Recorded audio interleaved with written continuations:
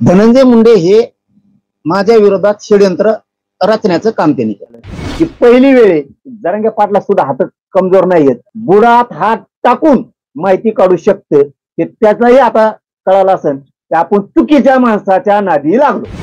माझा घात होणारे, माझा खून होणारे, या निमित्तानं तुमचंही सगळ्यांचं उघडं पडलंय.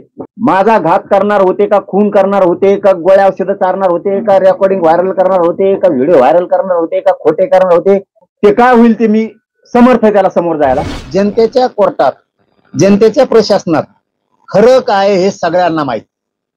उद्या तुम्ही खोटं ठरवता आणि खरं ठरवता तपासात काय असेल आम्हाला नाही माहित. आम्हाला तर शंकाच नाही जालना जिल्ह्याच्या पोलीस अधीक्षक साहेबांबद्दल. परंतु पुढचं सांगतो, तुम्ही सोडून द्या, धरा नका धरू, सत्य हकीकत आम्हाला कळालेली आम्ही मानणार. मी नाव नाही घेणार त्यांचं, या कोण आहे त्यांचं, कारण ती कायदेशीर प्रक्रिया सुरू आहे, त्याला कायदेशीर काय बंधन आहे. जोपर्यंत तिकडून ते नाव क्लिअर प्रशासनाकडून होत नाही तोपर्यंत मी घेणार. फक्त धरले दोघं एवढाच मी शब्द वापरणार. या दोघांना काय केलं त्याच्याबद्दल. बीडचा एक कार्यकर्ता आहे का ती आहे, तो ह्या दोन पैकी एका आरोपीकडे गेला आणि त्याला सांगितलं आपल्याला जायचं. इथून खरी ही सुरुवात झाली. यांची ह्या दोन आरोपी यांची आणि त्या बीडचा पीए का तो कार्यकर्ता मला माहित नाही, त्यांनी याला नेलेलं यांना. आणि ही खरा घटनाक्रम इथून सुरू झाला. त्यांनी हे सगळं माझं शोधत होतं. त्यांना 3 प्रकारात दिली. आधी ते सांगतो मग घटनाक्रम सांगतो, कारण हे राज्यासाठी, पत्रकार बांधवांना, तुमच्यासाठी सुद्धा आहे. कारण बऱ्याचशा व्यक्तीचे त्याच्यात नाव आहे, म्हणून थोडासा वेळ जाणार आहे आपला प्रेसमध्ये. पण आपल्याला हे महाराष्ट्रासाठी हादरवणारा विषय आहे. पहिलं काम ठरलं होतं त्यांच्याकडून करून घेणं. खोट्या रेकॉर्डिंग बनवा, खोटे व्हिडिओ बनवा, ते द्या. त्याच्यासाठी तो विषय चाललेला होता. त्यांना ते कुठंच मिळाना, खऱ्या मिळाना तर खोट्या मिळाना. ते तयारीची असते ना, तयारी करण्याची. मग ते दुसऱ्या मुद्द्यावरती आले, खूनच करून टाकायचा. मग तिसऱ्या मुद्द्यावरती आले, आपण गोळ्या देऊन किंवा ते औषध देऊन मग घातपात करू, असं ठरलं. काही असू द्या, मराठा समाजाला पुन्हा एकदा सांगतो, तुम्ही टेन्शनच घेऊ नका. मी त्याच्यात मुळाजाळात जाणार आहे. तुमच्यासाठी सगळी घाण, तुमचे पुढे लेकरं आहेत, नातू आहेत, हे सुखा समाधानानं असल्या टेन्शन पासून मुक्त झाले पाहिजे, असल्या नीच अवलादी संपल्या पाहिजे. ते काम मी करतो. फक्त तुम्ही शांततेनं सगळ्यांना राहायचं. हे बघा, तो बीडचा कोण कांचन नावाचा माणूस आहे, तो धनंजय मुंडेचा कार्यकर्ता किंवा पीए. धनंजय मुंडे हे माझ्या विरोधात षडयंत्र रचण्याचं काम त्यांनी केलं. मग जवळचं कोण धरायचं, तर मग हाय का कोणी शोधायला सुरुवात केली असेल किंवा यांची पहिलीच ओळख असेल. तर ह्या बीडचं पोरगा का कोणी, तो पीए का कार्यकर्ता, त्यांनी ह्या आरोपींना घेतलं. यांनी सांगितलं असं आमजवळ हाई किंवा आम्ही मारतो, काय त्यांना माहित, आता ते तपासात होईल म्हणून तर बोला नाही जास्त. त्याला परळीला नेलं, त्या बीडच्या रेस्ट हाऊस. आणि तिथं एक मोठी बैठक सुरू होती. ती बैठक धनंजय मुंडेने सोडली. हे आल्याला कळालं की याच्यापाशी 10-20 मिनिटाचा वेळ गेला. आधी तिथंच एक आरोपी नेला होता याच्यातला. आधी यांना आरोपीच म्हणून आपण यांना तिथं नेलेलं होतं. तिथं एक आधीच दुसरा होता, हेच दोन्हीतला. तो बाहेर आल्यावर तो म्हणला आता शोधावं लागेल काय आहे काय नाही. धनंजय मुंडे संग चर्चा करून बाहेर आल्याला ह्यो म्हणला आता शोधावं लागेल. तेवढ्यात तो म्हणला माझ्याजवळ हायलय मोठ, मी लागन ते देतो. मग यांची तिथं इकडे आल्यावर 2 कोटी काय त्यांचं ते ठरलं आणि 50 लाख एक्स्ट्रा, म्हणजे असं 2.5 कोटी त्यांचं ठरलं. याच्या आधी त्यांनी 5 ते 6 करोड रुपये नाशिलेले असे. तो आला आणि त्यांनी सांगितलं, आणि मग यांचं सुरू झालंय हे घातपाताचं. मग नंतर तर ह्यो आरोपी, त्याच्यानंतर त्यांनी ती चळवळ सुरू केली. धनंजय मुंडे यांना प्रत्यक्ष तिथं भेटलेला, आणि धनंजय मुंडेने हे करायचं सांगितलेलं या 2 आरोपीला माहिती. याचा सुद्धा सखोल तपास होणं गरजेचं आहे. मी पहिल्यांदा सांगताना सुरुवातीला सांगितलं, धरा सोडून द्या, तुम्ही काही करा. त्याच्यानंतर काही जुळाना म्हणून झालटा फाट्याला संभाजीनगरच्या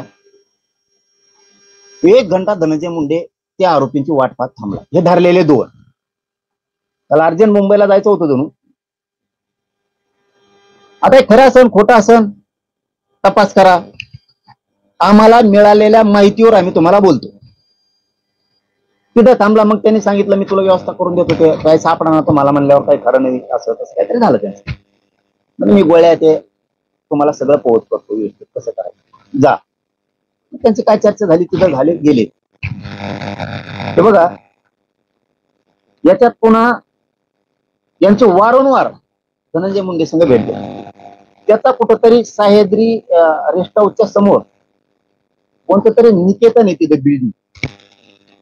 ही गोष्ट आहे भाऊबीजेच्या दिवशी. हे आरोपी पुन्हा भाऊबीजेच्या तिथं जाऊन हे कट त्यांनी पुन्हा त्याच्या हातानं शिजलं तिथं. याच्यात खूप जण आहेत. त्याच्यात ह्या अंतरवालीच्या परिसरातला आणखीन एक बडे नावाचा कोणीतरी, तरी पण 4 जण लोक नेलते. आता ते तपासात घेतील काय काय. आम्हाला मिळालेली माहिती फक्त आम्ही सांगायला लागलो. आणखी 4 आहेत त्याच्यात.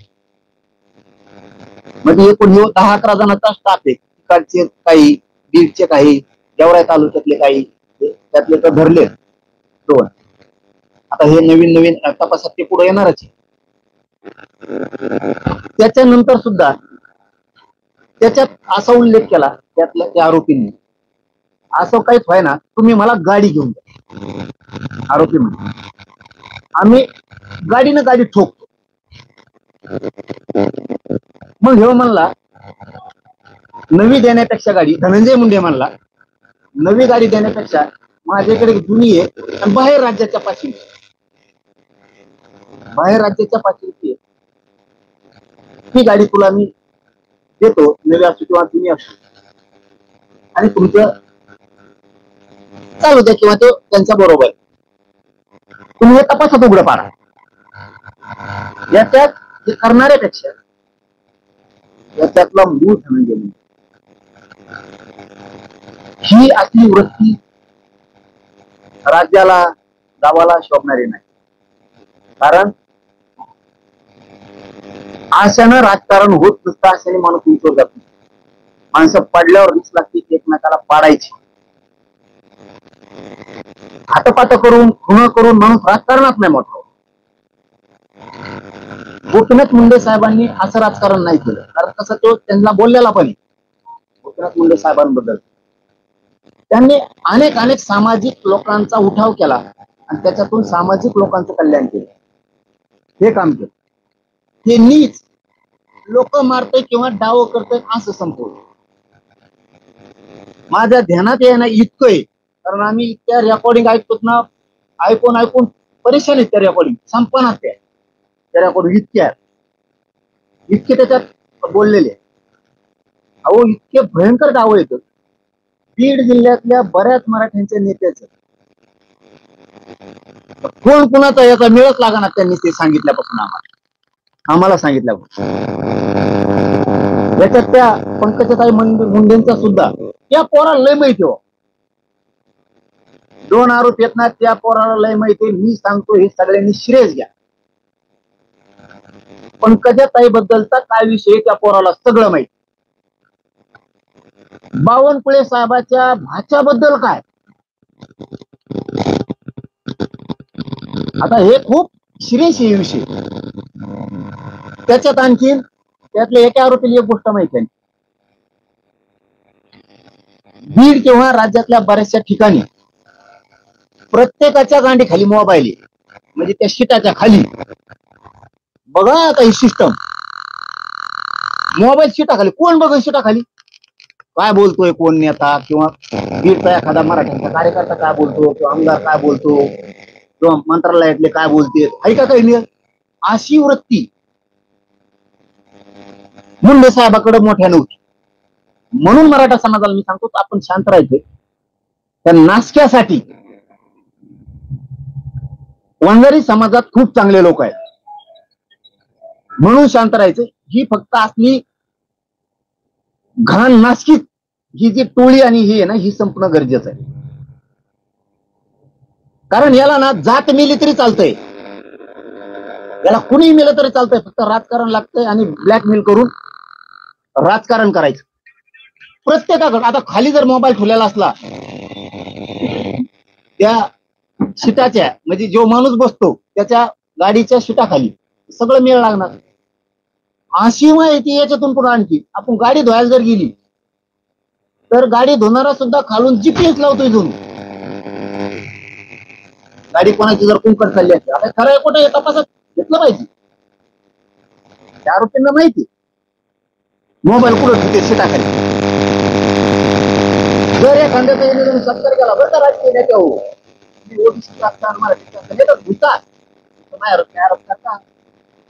अरे मी शांत होतो म्हणून तर त्याच्या टोळीला आतापर्यंत पुढे हातच नाही घातलेला. नाही तर त्यांनी माग काय केलंय, पुढं काय करायचंय कोणालाच काही कळत नाही. ही पहिली घटना आहे, यंत्रणाच कमजोर केली.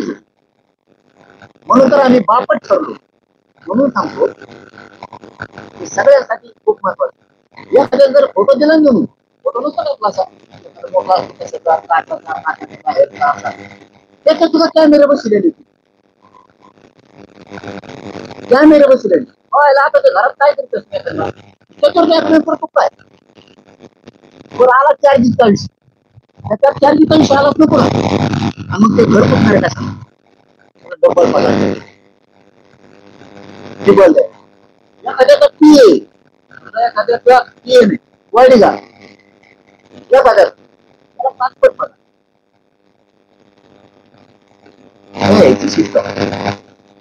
एखाद्याचा पी आहे त्याला वाढू. हे महाराष्ट्रासाठी खूप अवघड आहे. याच्यात ना पंकजाताई मुंडेबद्दल सुद्धा त्या आरोपीकडे खूप, राज्यातल्या कार्यकर्त्याबद्दल तर खूपच. त्यांचं ते भाऊ बहिणी म्हणून नाही म्हणत, ते बोललंय आम्हाला अर्ध मॅटर करणाबद्दल सुद्धा बोलला.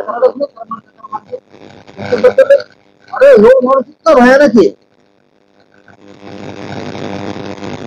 त्याच्या धसांबद्दल, धसांबद्दल आमच्या संतोष भयाच्या देशमुखांच्या त्या भावाबद्दल सुद्धा आहे. हे इथं बसलेले होते मात्र त्या दिवशी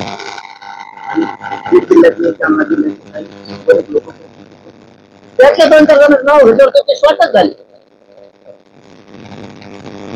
काय काय जो माणूस त्या जातीला लाभलाय आयुष्याने खराब केलं आणि त्या जातीला सुद्धा डोळ्यावर आणून. म्हणून सगळ्यांना सांगतो असले विचारी संपणं गरजेचं असतं, यांच्या नायनाट होणं गरजेचं असतं. म्हणून सगळ्यांनी शांत राहा. मी बरोबर सगळ्यांचा व्यवस्थित नायनाट करतो, काय टेन्शन घेऊ नका. आपण जर कच्चे असतो, सतर्क नसतो, सावध नसतो, तितक्या लांब आपण हात टाकलाच नसतो. कारण आपल्याला माहित पण झालं नसतं. पण यांनी एवढी चूक केली याच्या आयुष्यातली, त्यांनी कुणाला खेळायला पाहिजे होतं. इथून मागं काय काय केलं त्याचं उघडं नाही आलं, इथून पुढे तेव्हा काय करणार आहे हे उघडं नाही आलं. पण मी तरी काहीतरी असेल ना, म्हणून तर तिथपर्यंत आम्हाला ती माहिती मिळाली ना. जर तो त्या गँग वार म्हणून तो काय असेल ते जर शोधू शकतो, माहिती बाहेर आणू शकतो, तर मी बी सोपा नाही, एक कच्चा नाही हे ध्यानात ठेव. तो इतक्या चुकीचा हात टाकला, आता तो विरोध करायला पाहिजे होता, तो प्रश्न करायला पाहिजे होते, तो मीडियात बोलायला पाहिजे होतो. पण तू आमच्या काही बांधवांच्या माध्यमातून तो आमच्या मुळावर उठायला लागला. इतकं नीच वृत्तीचं राजकारण तू केलंय का? तू उगाच खेटला मला, तो कोणाला खेळायला पाहिजे होतं. तुला याचे प्रत्यय आलेले 5-6 वेळेस. मला खेटल्यामुळं काय होतं, पण तरी तू शांत राहायला पाहिजे होतं, पण तू राहायला नाही. तू मला खेटला बा, तू पाय चुकून पाय पडला त्यावेळेस परळीत येऊ नको म्हणून. हो, मी लय दिवस सांगत नव्हतो ते. तो पाय पडणं मी महाराष्ट्रात बघितलेलं नाही का, असं पाय पडणं होतं. नाक घासायला लागलं तर नाक. माझं तर जय झालं. मी महाराष्ट्रात कुठेही जाणार नाही. आमची युती झाली नाही, कुठेही जाणार नाही. पण स्वभाव असं वाटलं की चांगला माणूस दिसतोय, जाऊ द्या, काय जायचं आपण. त्याच्यावर टिंगल केली नंतर ठीक आहे, हरकत नाही. तू किती खालच्या थराला जाऊ शकतो याच्यातून लक्षात आलं. गोळ्या देणं, गाड्या गाड्या देणं, मग मारणं, आमजवळ ते सगळे. मला वाटतं आणखीन आम्ही, तुम्ही जर सहकार्य करत असला तर 2-4 दिवस जर आम्ही नाही दिलं तर तपास कामात चांगलं होईल असं मला वाटतं. नुसतं ते सगळं तुम्हाला खाजगीत ऐकू घालायचं असेल, मी सगळ्याला ऐकू घालतो पत्रकार बांधवाला, म्हणजे तुमचा विश्वास बसेल.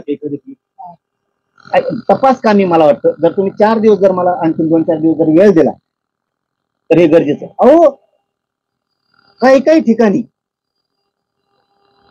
त्यांच्या समाजाचं बोलतो आम्ही, काही काही ठिकाणी 75% जे अधिकारी आहेत, म्हणजे मंत्रालयाचं बोलतो फक्त, मंत्रालय आणि असणारे मंत्र्यांना पीए एवढ्याच बद्दल बोलतो मी. वंजारी समाजाचे जिथं जिथं पीए असतील किंवा ते ओएसडी असतील किंवा काय असतील, त्याच्यातले 75% ओरिजिनल गोपीनाथरावजी मुंडे साहेबांच्या विचारावर चालते, नो टेन्शन. पण काहींना नुसतं ऐकायसाठी ठुले जाऊन त्याला माहिती हवं त्या आरोपीने उकड चालली यांनी जात. यांनी जातीचं काय केलं, 2 भाग केले. प्रशासनातला वंजारी आणि सुशिक्षित बेकार तरुण.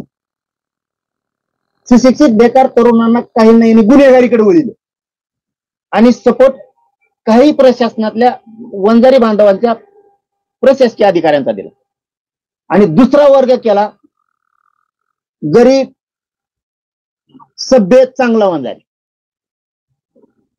आणि ह्यो सभ्य चांगला गट कोणाचा होता तर गोपीनाथरावजी मुंडे साहेबाचा. ते फक्त सुधारायचे बघायचे.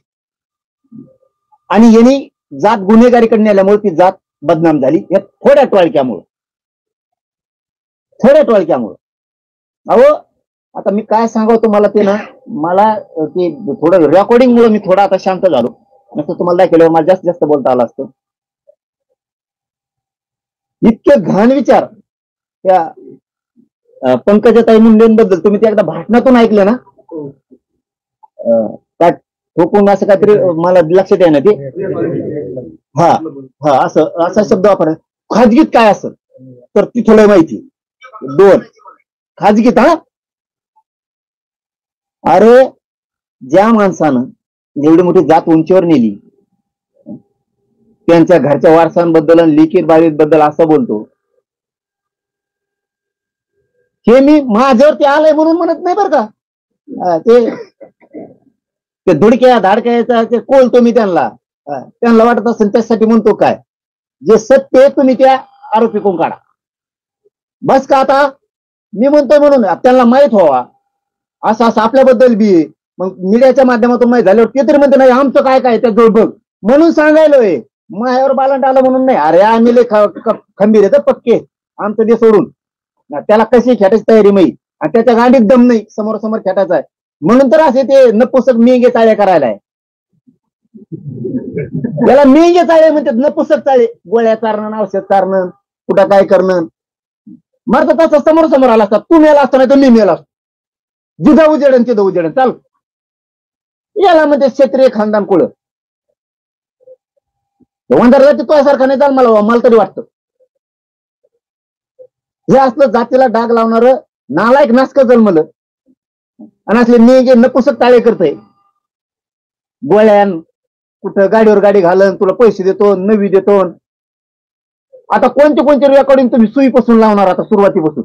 त्या आरोपींजवळ त्याला केलेले मेसेज आहेत, मेसेज म्हणतो मी, त्याजवळ फेस कॉल केलेले, face time call, WhatsApp call, साधे कॉल, रेकॉर्डिंग, आणि तो त्या दिवशी म्हणजे धरायच्या अगोदर 11:15 त्या संग त्या धन्यामुंड्या संग बोललाय तो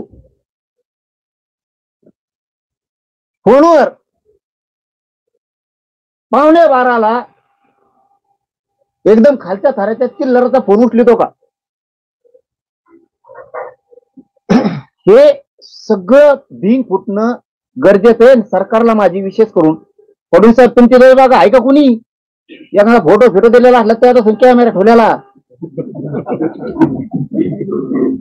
आणि सगळे नेत्यांनी आपण आपले शीट सापडा उद्यापासून खालून मोबाईल ठेवलेत का काय? अशानं भाऊ राजकारण होत नसतं. त्या बावनकुळे साहेबाच्या भाषेचं काहीतरी, आता त्यांना भाषा आहे का नाही मला माहित, असेल तर त्यांनी कामाला लागाव. काही नाही बरं का, ओबीसी नाही, ओबीसी नाही, मराठा नाही, जरा काही नाही, फक्त एकच नाही दाबा केदार. मला वाटतंय ह्या नीचपणावरच राजकारण चाललेलं आहे. बऱ्याचशा नेत्यांपाशी ह्या गोष्टी आहेत. मग येदा की तसं तो असा आहे, मग तो भाचा जाईन मधी, नाही तर मग तो मेहना जाईन मधी, नाही तर तो तुला भाऊ जाईन मधी, तो अमावस भाऊ जाईन मधी, नाही तर मग तो ऍक्च्युअल त्याचा असं आहे. हे खूप गंभीर आहे, हे खूप गंभीर आहे. संपदाताईच्या त्या पीडित संपदाताईच्या मुंडेचं प्रकरण 2-3 दिवस बोलल्यानंतर कुठे गेला त्याच्यात पण माहिती आहे. हे मॅटर मुकादमाकडे न्यायचं, कारण तो सुद्धा त्याच्या जवळचा आहे जणू तो पीआय का पीएपीआय, हा, आणि ती दुसरा पण तिकडून जवळचाच आहे त्यांच्या, कुठं नारायणगाव का आरणगाव काहीतरी आहे, तिकडून कुठून तरी.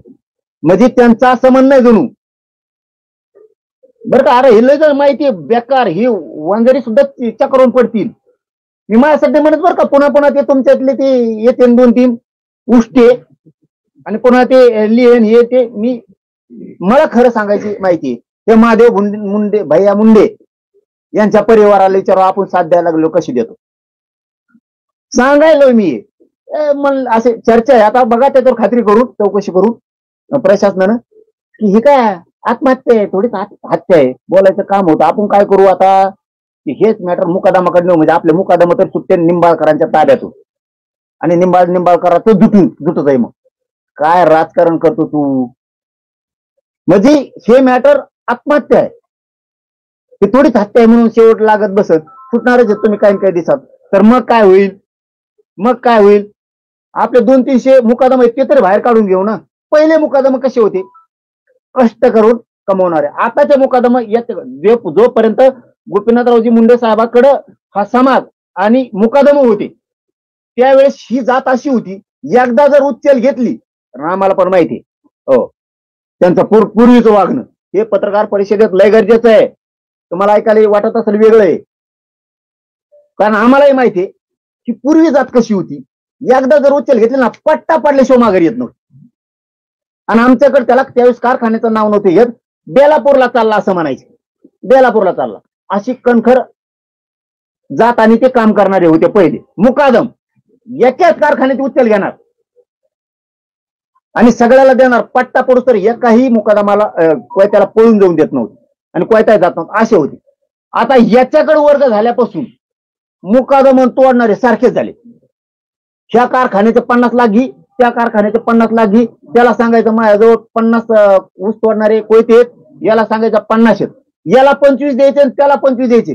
शेव कारखान्यावाला जर म्हणला तर 25च कम आणले, पळून गेले राव, ते आलेच नाही.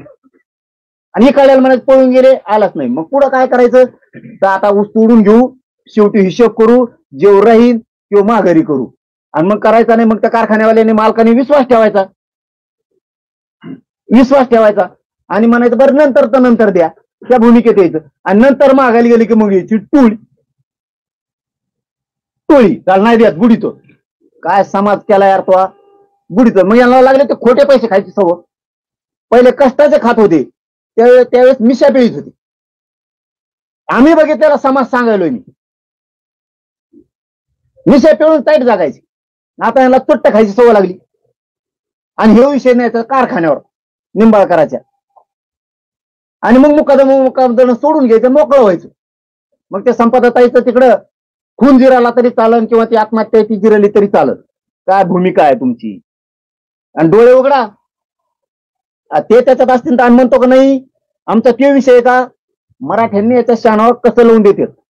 आणि माझं सगळ्यात मराठ्या निंबाळकर त्या दोन्ही तिन्ही त्यांच्यासह सगळ्या राज्यातल्या मराठ्यांना सांगणं, आपल्या आपल्यातले मराठ्यांच्या नेत्यांनी वाद कमी करा. खूप कोण कोणाला संकट करायला लागले सांगताय ना. आपल्या आपल्यातले राजकारणी मराठे नीट राहा. आपल्या आपल्यातले तुम्ही टीका करा, भाषण करा, पण टोकाचे वाद कमी करून टाका. एक चिल्लरच आहे ते. एक चिल्लर माणूस इतक्या मोठ्या नेत्यांना जर बोटावर मिरत असला तर काय, हा मग ध्यानात आलं त्या बोटावर. त्याच्यात म्हणले तुम्ही काहीतरी व्हिडिओ बना, खोटे रेकॉर्डिंग बना, तुम्ही जा लांब लांब कुठंतरी. त्यांचे ते राज्य आता तो सांगेल ना, आरोपी आहे ना, तो सांगेल ना आता काय काय चौकशी बघतो ना मी. आमच्या कोर्टात जनतेच्या सगळं खरं झालेलं आहे. ते म्हणले मी त्याला बरोबर बोटर नाचतो, बरेच नेते नाचले तशी. मला निवडून यासाठी समजा त्याच्यासाठी मतदानासाठी मी बरोबर बोटर नाचतो त्याला.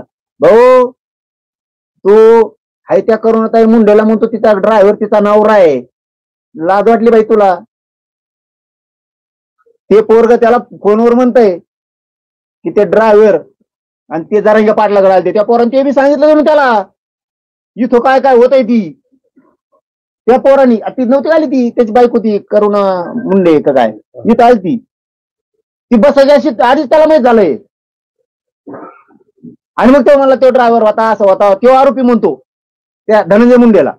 तर तो म्हणतो नाही रे, तो ड्रायव्हर नाही तिचा नवरा आहे. ह्यो म्हणतोय आपण बरोबर लावलेलं आहे. आणि ह्यो बी तिच्या संगत होता जणू, म्हणजे तिच्या गाडीत का काय, ह्यो आरोपी आहे तो पण. मग म्हणून मी मराठा समाजाला सांगतो, करणारापेक्षा करून घेणाराला महत्वाचं आहे. आपली टीम कच्ची नाहीये चौकशी करायला. मराठा समाजाने समजून घ्या, मी बराबर करतोय. माझी विनंती फक्त मराठ्यांनी शांत राहा. तुम्ही शांत राहिले मला करता येतं. तुमच्याकडे एकच काम, आपलं मोर्चा असला सभा असला तुम्ही फुल ताकद लावायची. सोपं काम तुमच्याकडे. अवघडा ले पोर घाल तुमचं मर्दासारखं इथं. तुम्ही बाकी टेन्शनच घ्यायचं नाही.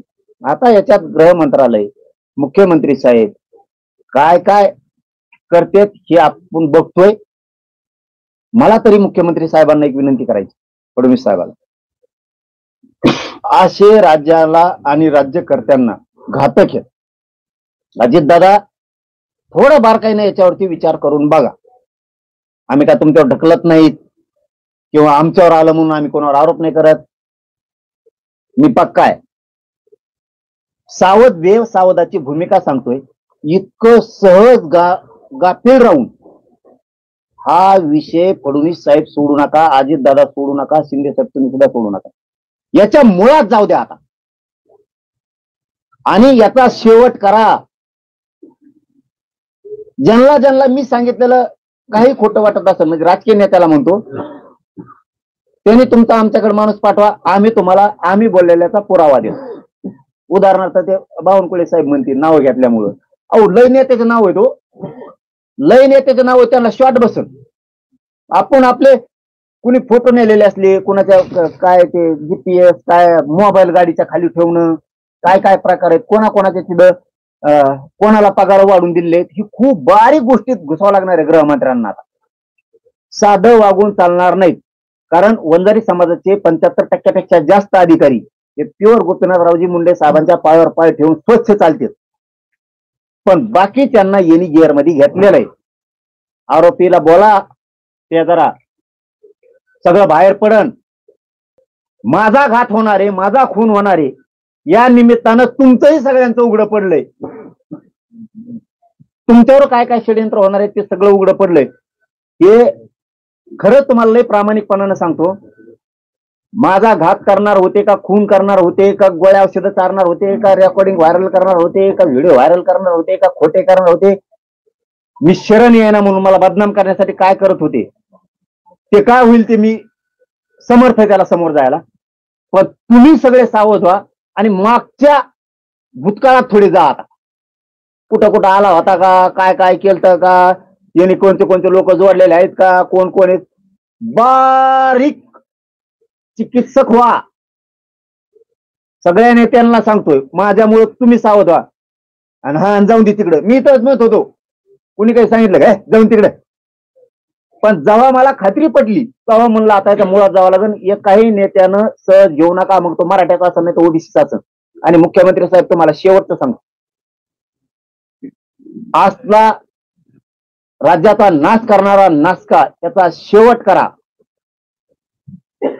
याला चौकशीला घेऊन याची सगळी चौकशी करा, कारण ह्यो फोनवर बोललेला आहे. प्रत्यक्ष आरोपी सोबत याच्या बैठका झालेल्या, प्रत्यक्ष बैठका झालेल्या. यांनीच या धनंजय मुंडेनं सामूहिक कट रचलेला आहे. खून करण्याचा म्हणा, गाडी घालायचा अंगावर म्हणा, घातपात गोळ्या औषधं देऊन म्हणा, ही सगळा सामूहिक कट आणि घातपात करण्याचा मुख्य कारणीभूत धनंजय मुंडे. याला चौकशीला घ्या.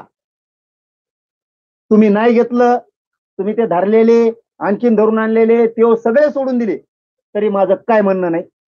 आमच्या जनतेच्या कोर्टात हे सगळं खरं झालेलं आहे. कारण बीड जिल्ह्यातल्या, जालना जिल्ह्यातल्या प्रतिष्ठित सगळ्या पक्षातल्या प्रमुखांना ही गोष्ट त्यांच्या कानानं त्यांनी ऐकलेली. त्यामुळे मी टेन्शन फ्री आहे, त्याचा काय लोड नाही. आणि तुम्ही आपण आपल्या पक्षातल्या लोकांना विचारून घ्या वाटल्यास. जरांगे पाटील सांगत होते, खरं आहे का, तुम्ही ऐकलंय का? कारण इकडं तर प्रशासनात खोटं ठरलंय किंवा खरं ठरलंय. तर आमच्या कोर्टात जनतेच्या हे सत्य, सगळ्यांनी सावध व्हा. आणि फडणवीस साहेब आता मात्र खोल घरात घुसा.